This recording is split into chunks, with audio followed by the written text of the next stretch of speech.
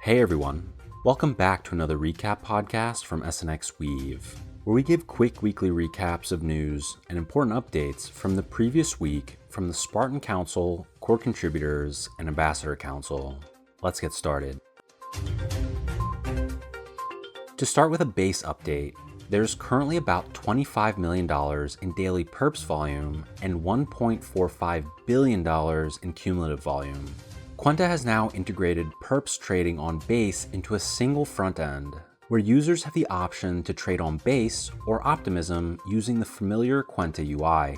The BTC and ETH OI caps remain at $15 million, with 61,000 SNX in cumulative burn. For the migration from L1 SNX to V3, the Treasury is expected to begin migrating in the coming weeks once the legacy market is released and the interface is available. Also, synth deprecation has reached a steady state, with nearly 50% of the synths outstanding having been redeemed so far. The launch and scale of L1 perps is on testnet, and the CCs are currently processing audit feedback. Documentation is being sent to prospective integrators, and the collateral support will be in place to launch L1 perps along with the Treasury's plan to migrate this week. As for the launch and scale on Arbitrum, the LP deposits and incentives are beginning this week as well. Next, the testing phase for the implementation of the SIP to bring governance on-chain is starting this week, where the CCs are working on cross-chain messages using Wormhole. The elections for the next epoch will use V3 voting power thanks to SIP 360.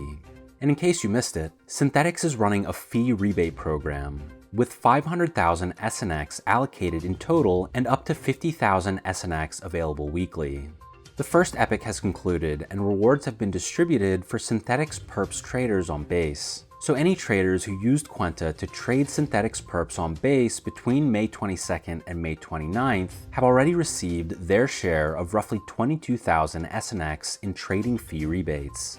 Epoch 2 for this program has already begun, so be sure to trade Synthetix perps on Base to receive rebates equal to up to 90% of trading fees. There were also a couple of SIP presentations last week, so let's briefly review them. The first was SIP 385 for an Arbitrum perps v3 fee model. Presented by CyberDuck, this SIP would introduce a fee-sharing mechanism for the perps v3 deployment on Arbitrum, where liquidity providers would earn 40%, the protocol's treasury would earn 40%, and integrators would earn 20% of the base fee in Synthetix native Arbitrum stablecoin. This is the same fee-sharing proposal that is currently active on Base. The proposal suggests bridging the fees earmarked for burning to the contract that already exists on Base. Millie suggested setting up the same burn contract that exists on Base on Arbitrum as well.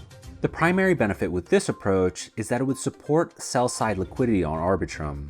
Cav voiced support for this approach, even though it would require a bit more upfront admin work. Caleb asked that the specific address be added to the SIP for clarity. The next presentation was SIP 386 to bring perps v3 markets to parity with perps v2.